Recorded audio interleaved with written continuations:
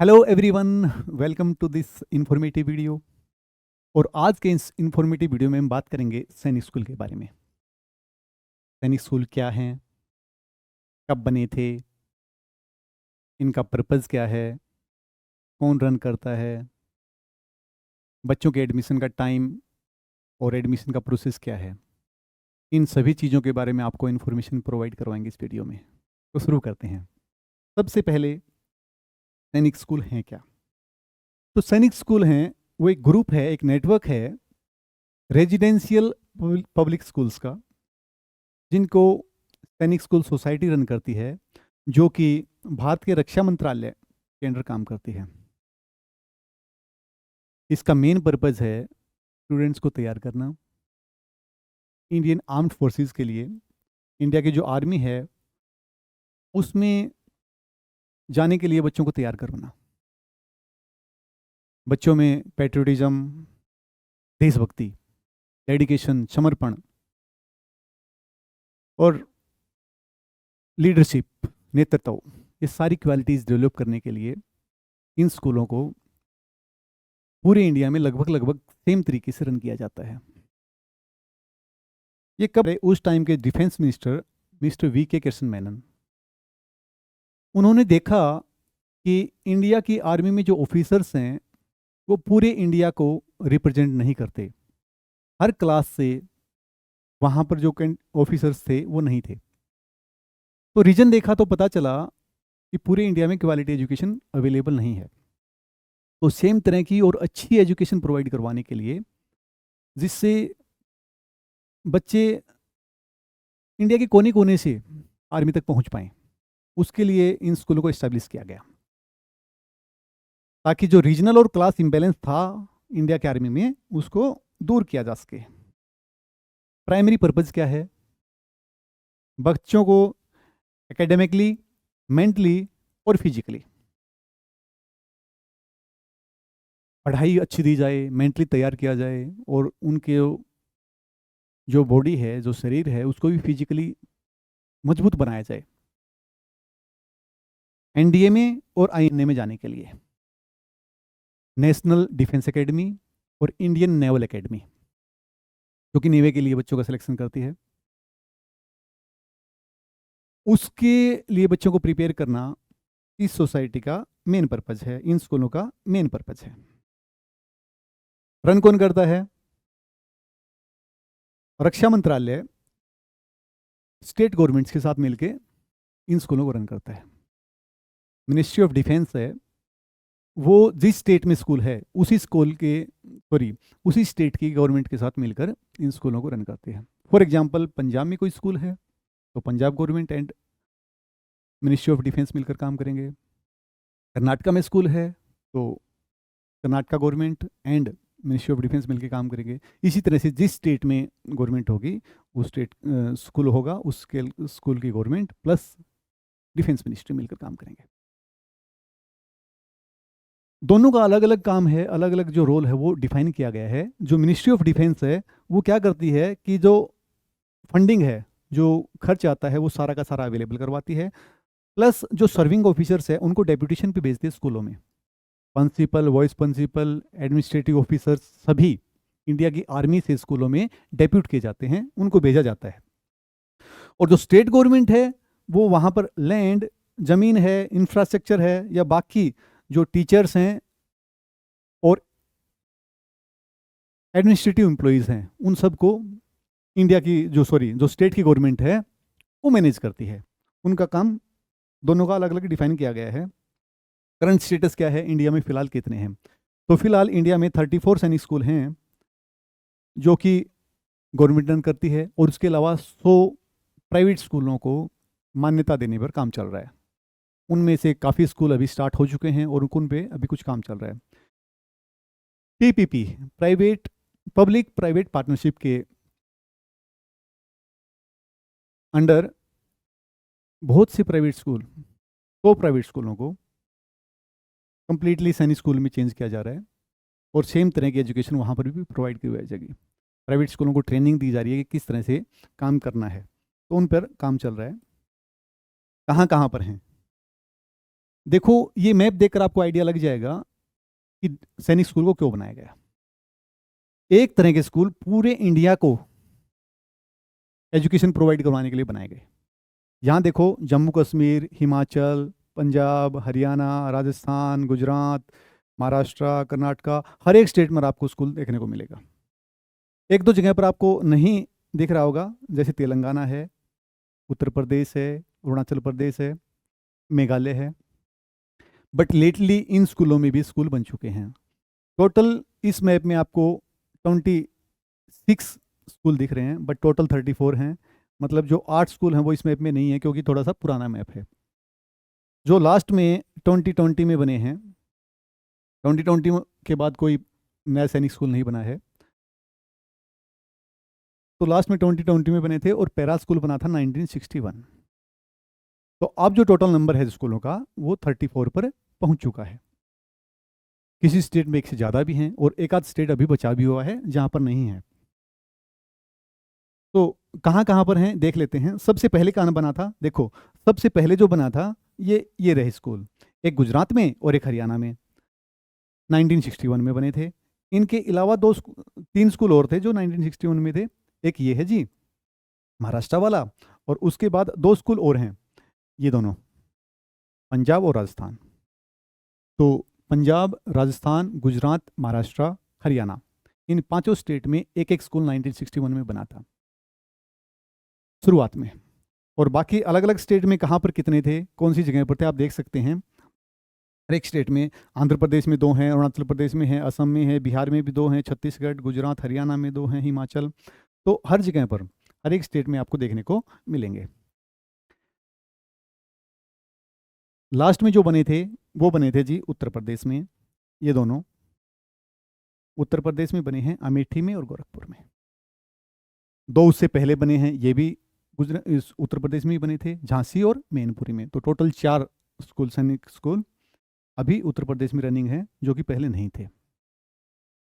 Main features क्या हैं, खासियत क्या है, यहाँ पर बच्चों को क्यों पढ़ाना चाहिए, क्या ये स्कूल करते हैं। तो सबसे जो मेन चीज़ है वो है जी, ये जो एजुकेशन है that is military oriented. Army के रिक्वायरमेंट को देखते हुए एजुकेशन को या कैंडिडेट्स को तैयार किया जाता है।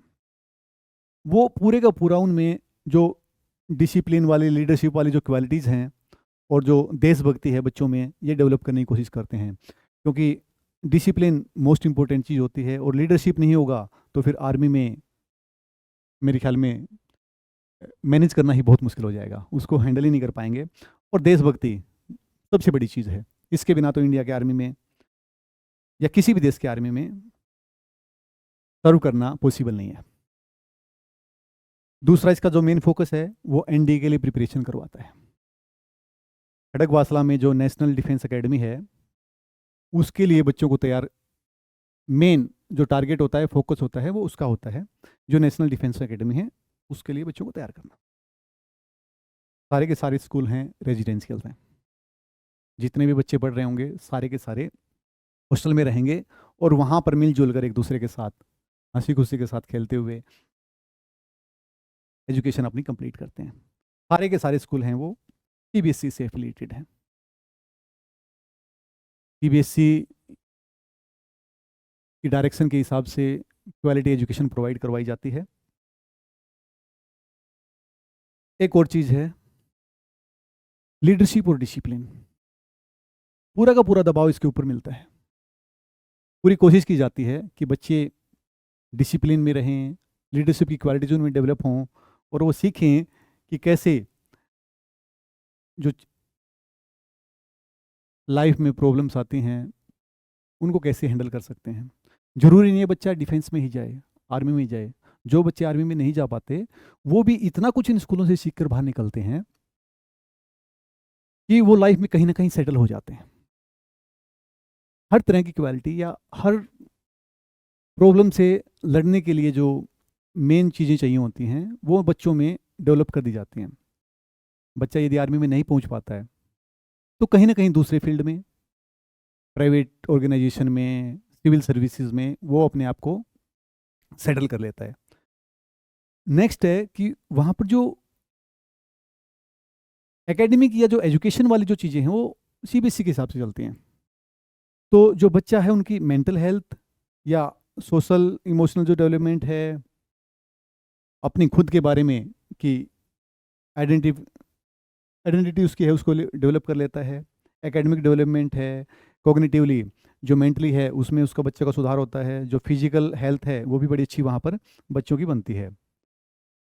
तो नेक्स्ट है अपॉर्चुनिटीज़ हैं, सिर्फ और सिर्फ इंडियन आर्मी नहीं, उसके अलावा जो बाकी चीज़ें हैं उसमें भी, लाइक आर्मी के साथ साथ सिविल सर्विसेज, प्राइवेट ऑर्गेनाइजेशंस या फिर बिजनेसमैन, इनमें भी बच्चा जाने के लिए प्रिपेयर होता है इन स्कूलों में। तो इसके बारे में इनके लिए भी मतलब जो क्वालिटीज़ हैं वो स्कूलों में बच्चों में डेवलप होती हैं।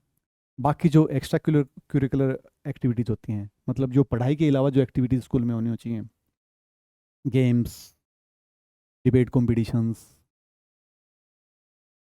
बाकी अदर स्पोकन स्किल्स हैं, लीडरशिप है, ये सारी की सारी जो चीज़ें हैं इनके ऊपर भी बच्चों को ट्रेन किया जाता है, सिखाया जाता है।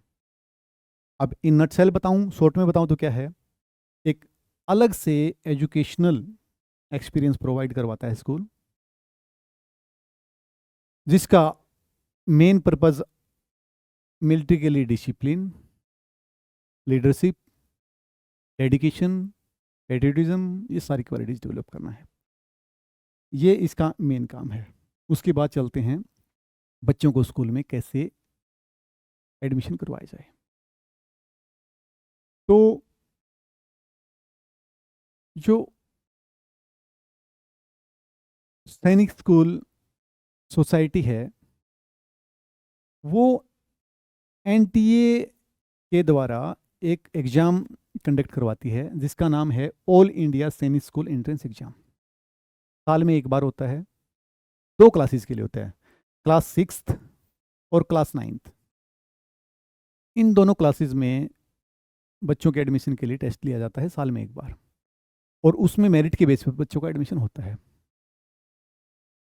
रिजर्वेशन डिफेंस के लिए और बैकवर्ड क्लासेस के लिए रिजर्वेशन भी है। जो क्लास 6th है उसमें एडमिशन के लिए बच्चों को मैथमेटिक्स, लैंग्वेज हिंदी या इंग्लिश में से कोई भी बच्चा चूज कर सकता है, एज पर द चॉइस बच्चा चूज कर सकता है। उसके बाद इंटेलिजेंस, जिसको हम रीजनिंग बोलते हैं, प्लस जो जनरल नॉलेज है वो। तो 4 मेन चीज़ें इसमें 6th क्लास के एडमिशन के लिए पूछी जाती हैं। मैथमेटिक्स, लैंग्वेज जो हिंदी या इंग्लिश में से कोई भी बच्चा चूज कर सकता है, reasoning plus general knowledge. Class 9th में एडमिशन के लिए मैथमेटिक्स, यहाँ पर हिंदी का ऑप्शन आपके पास नहीं है, ओनली एंड ओनली इंग्लिश के लिए आपको प्रिपेयर करना पड़ेगा। उसके बाद जनरल साइंस और सोशल साइंस, साइंस और एसएस में क्वेश्चन पूछे जाते हैं। तो ये थोड़ा सा चेंज दोनों के सिलेबस में है, 9th का सिलेबस डिफरेंट है और क्लास 8 का सिलेबस डिफरेंट है। क्लास 6th में बच्चे के एडमिशन के लिए एज है वो 10 से 12 साल के बीच में होनी चाहिए। कब? 31 मार्च ऑफ द एकेडमिक ईयर। जिस साल में बच्चे का एडमिशन हो रहा है उस साल के 31 मार्च को बच्चे की एज है वो 10 और 12 साल के बीच में होनी चाहिए। क्लास 9th में एडमिशन के लिए 13 और 15 साल के बीच में होनी चाहिए। इस एज ब्रैकेट में जो बच्चा आता है वो अप्लाई कर सकता है, प्रिपेयर कर सकता है। सिलेबस क्या है, किस किस टॉपिक के ऊपर बच्चों को प्रिपेयर करना है, तैयारी कैसी करनी है, ये सारी इंफॉर्मेशन अगले वीडियो में आपको देंगे। इसमें जो मेन इंफॉर्मेशन थी वो आपको इस वीडियो में मैंने दी है। यदि आपने वीडियो को यहाँ तक देखा तो please like and share this video and subscribe to our channel. Thank you very much. Thanks a lot.